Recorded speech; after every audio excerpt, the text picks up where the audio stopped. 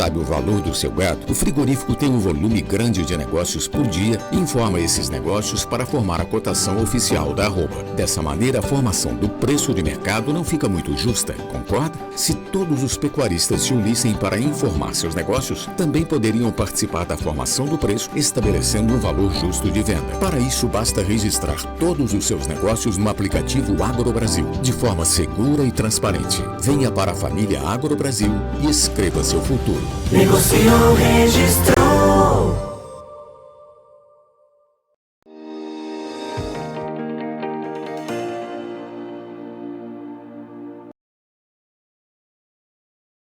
Olá, muito bom dia a você que está nos acompanhando aqui pelo Notícias Agrícolas, no ar nosso tradicional boletim do mercado do boi.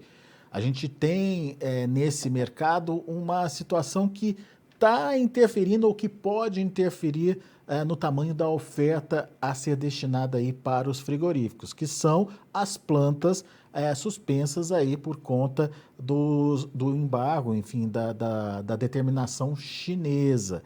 E a gente convidou o Gustavo Figueiredo, lá da Radar Investimentos, para nos ajudar a entender e a mapear a importância desses frigoríficos que estão fora aí, das compras por conta dessa suspensão das exportações para a China, e como isso pode influenciar nesse jogo da oferta de animais, né? Animais de um estado sendo transferidos para outro para serem abatidos, até que ponto isso significa aumento de oferta ou redução de oferta, se eles voltarem a funcionar, o que muda nesse cenário, como a oferta se enxuga, enfim.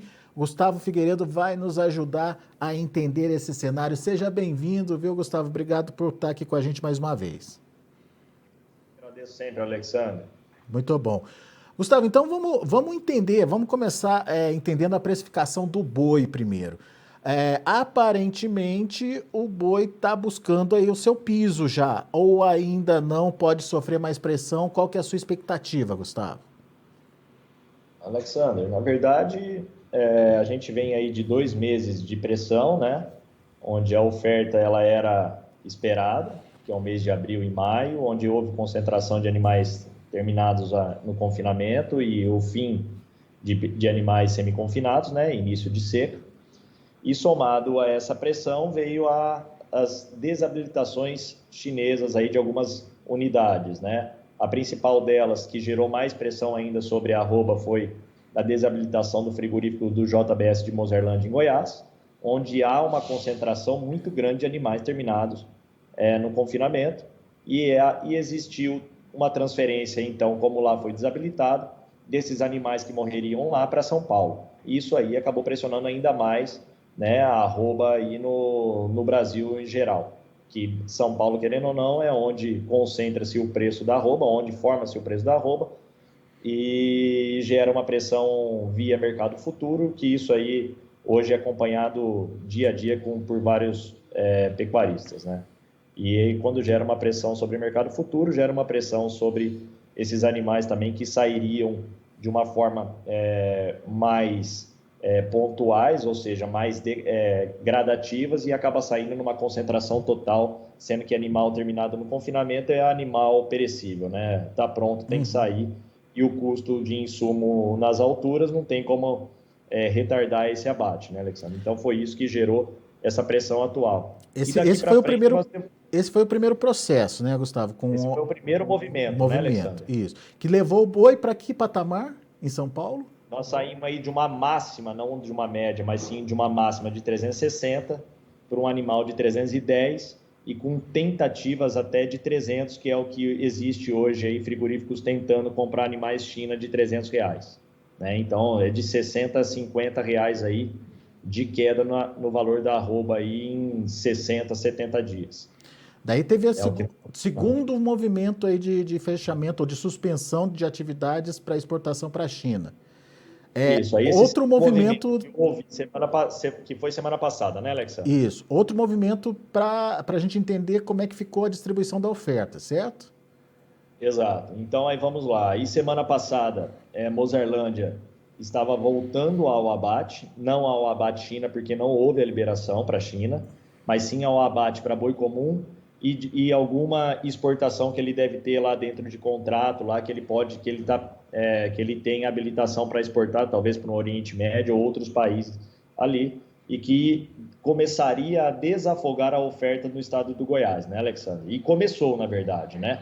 Não é que começaria só, mas sim que começou, porque é um abate de 1.000 a 1.500 cabeças dia ali no estado de Goiás, e mesmo sendo só animal comum, reduz bem a oferta que viria para São Paulo, né, Alexandre?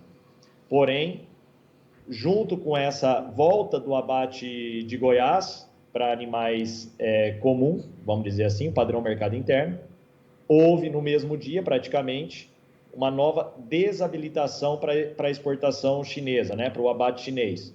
E aí foi onde houve ainda uma pressão ainda maior sobre o valor da arroba no momento, que a arroba era negociada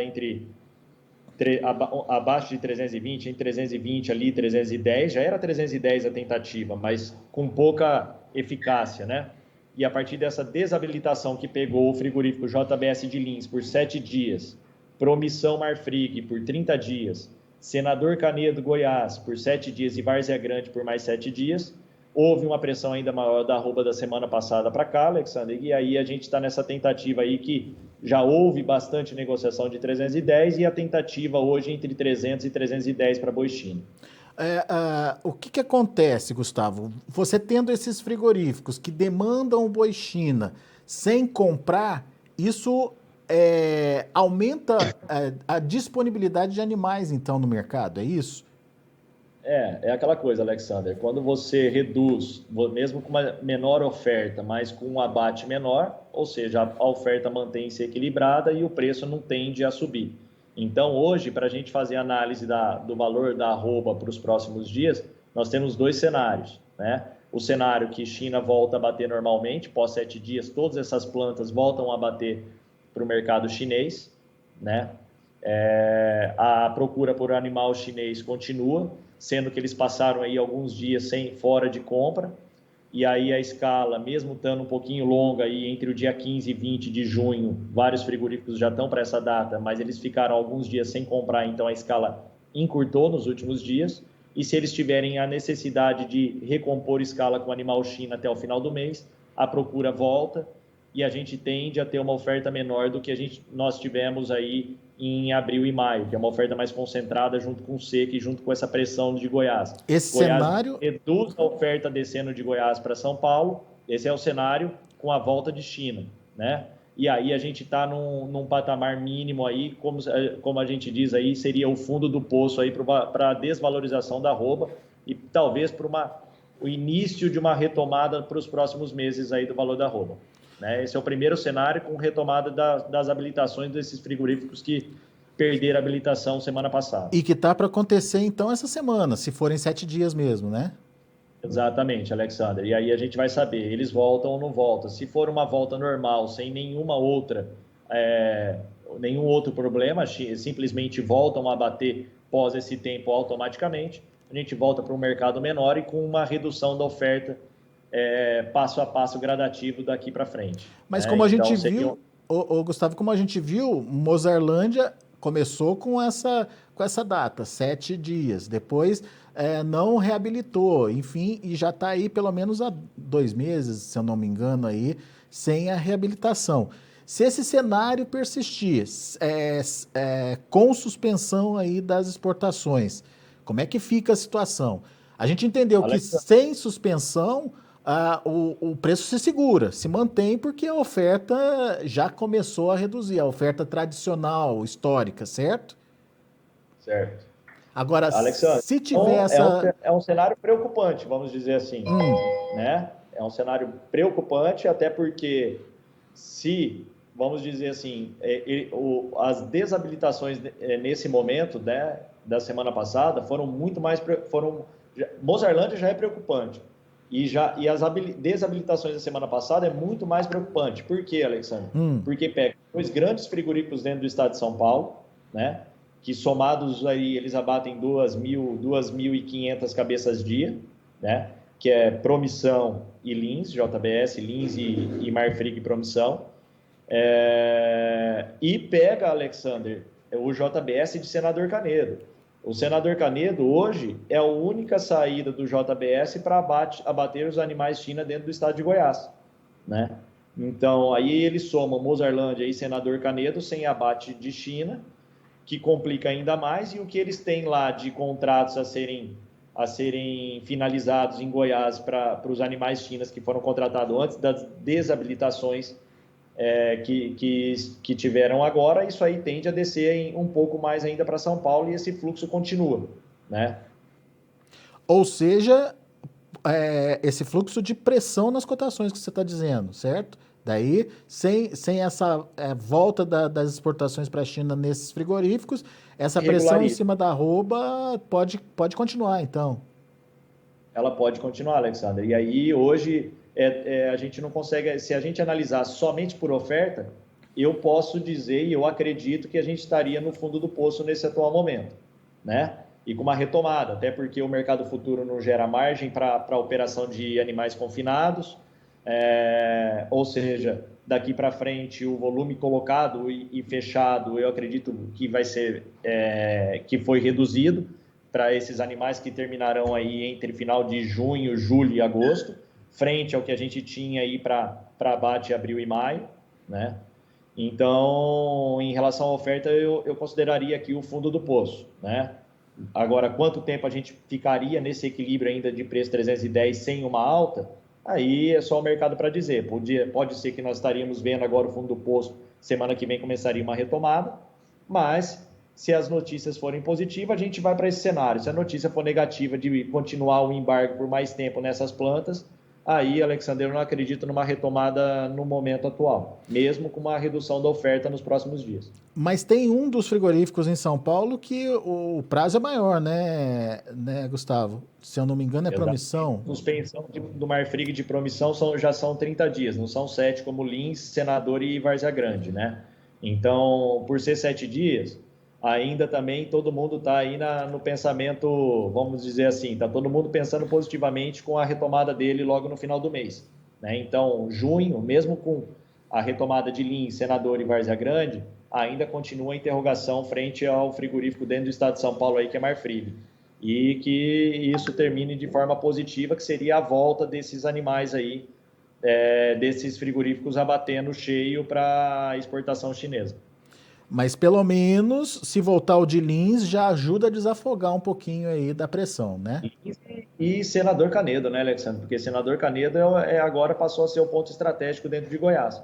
E com a volta do abate de Mozarlândia por um boi comum, é onde está gerando agora esse equilíbrio. Abate China em Senador e o restante dos animais não China dentro de Mozarlândia. E começa a equalizar um pouco essa oferta que estava em excesso dentro de Goiás. Que coisa, hein? Como que 6 unidades, basicamente, podem mudar todo esse jogo de oferta de animais aí no país, hein, Gustavo? Exatamente. O duro que estão operando, vamos dizer assim, as habilitações e desabilitações estão operando bem o Brasil. E agora atingiram, vamos dizer assim, o coração aí do valor da arroba, né, Alexandre? Que é São Paulo. Atingiram Goiás em cheio, onde está o grande centro de confinamento do país, e agora onde está a formação do valor da arroba aí, que é São Paulo, né, Alexandre? Agora, é importante a gente destacar, né, Gustavo, que olhando para nossas exportações, a gente percebe que elas ainda mantêm um ritmo interessante, né? Perderam um pouco de fôlego, é verdade, mas ainda são positivas, não? É isso aí, Alexandre. Então, aí em relação a isso aí, assim, tem várias formas da gente analisar. Dizem que os contratos anteriores a essas desabilitações eram grandes e todos esses embarques dos últimos meses eram contratos anteriores. E que agora em maio agora para junho, diminuiu um pouco a questão de fechar novos contratos. Não que parou, mas que reduziu o volume negociado. Até porque, né, Alexandre? Fora essas desabilitações chinesas das unidades nossas, nós tínhamos também junto nesse período o Covid na China, que pararam todos os portos. Sim. Né? Então também isso reduziu o fluxo também de desembarque dentro do país da China das carnes produzidas aqui, né? Então agora a gente precisa analisar os próximos dados, porque analisando os dados de maio, o que ocorreu? A primeira semana ainda a gente exportou acima de 7 toneladas dia, e os outros dias, os últimos 5 dias já a gente teve um decréscimo muito grande, para 5,3, né? Então, a gente precisa analisar agora as próximas datas, as próximas semanas, para analisar se essa queda foi pontual ou se ela vem agora devido a esses comentários que foram feitos nesse período, que realmente a China comprou menos durante essa paralisação de Covid e agora começa a embarcar menos daqui para frente, né? Então, agora é análise geral sobre exportação, sobre habilitação ou não habilitação, renovação das habilitações das plantas frigoríficas, né? E tudo em relação à China, aí que infelizmente a gente tem que analisar. Hoje virou um ponto e um foco principal, porque ele é o nosso grande comprador.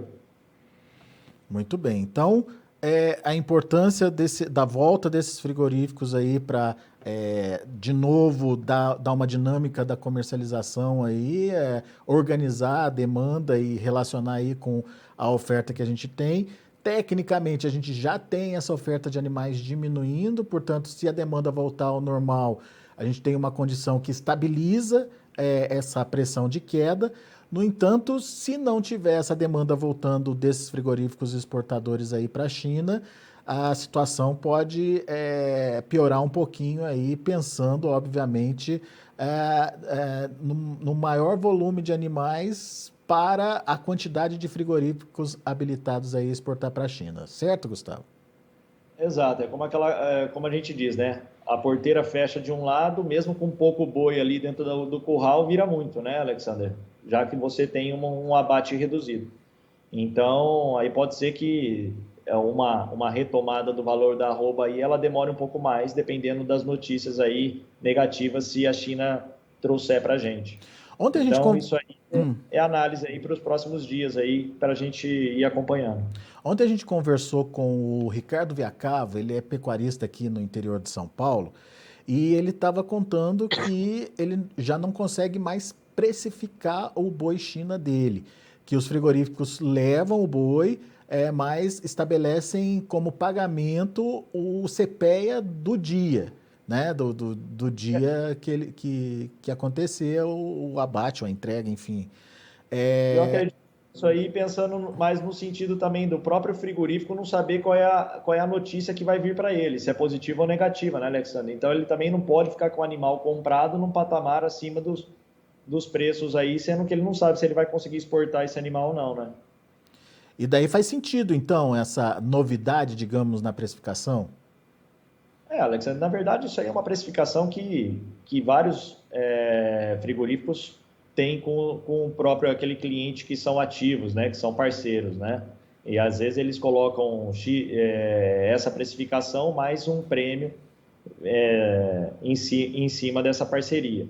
Isso aí é uma coisa típico já de ocorrer antes do prazo. Agora, se eles não estão dando a bonificação em cima desse indicador, quer dizer que eles também não sabem se eles vão ter animal para produzir China ou não, né? Agora, uns ou outros que não perderam a habilitação chinesa, eles continuam dando preço para a China.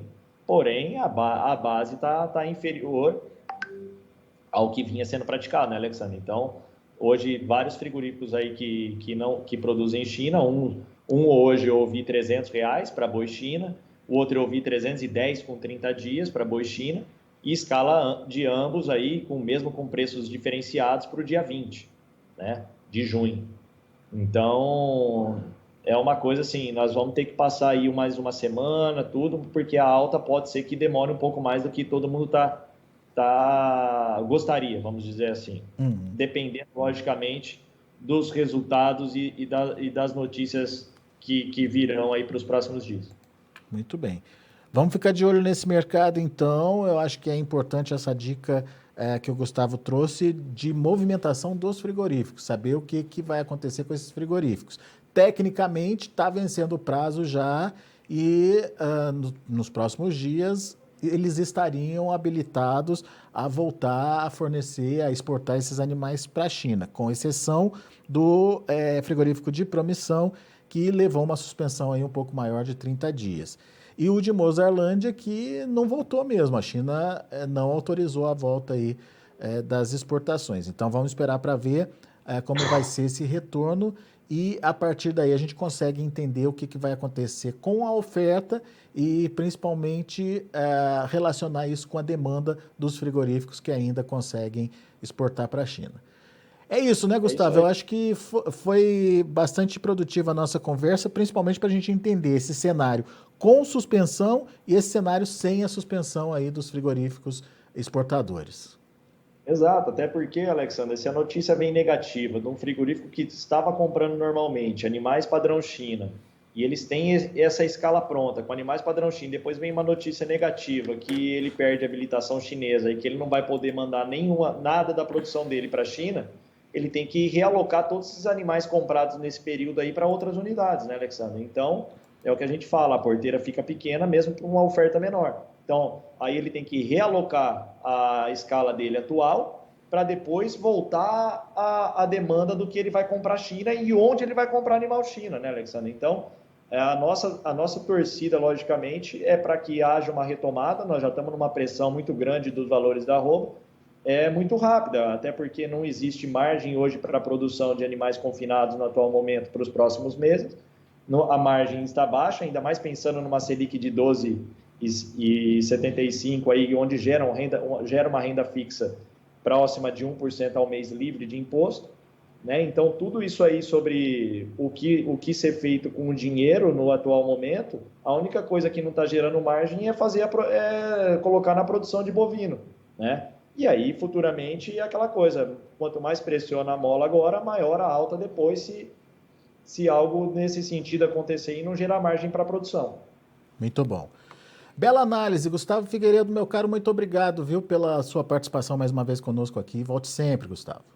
Que agradeço sempre, Alexandre. Um abraço. Valeu. Abraço a todos. Abraço.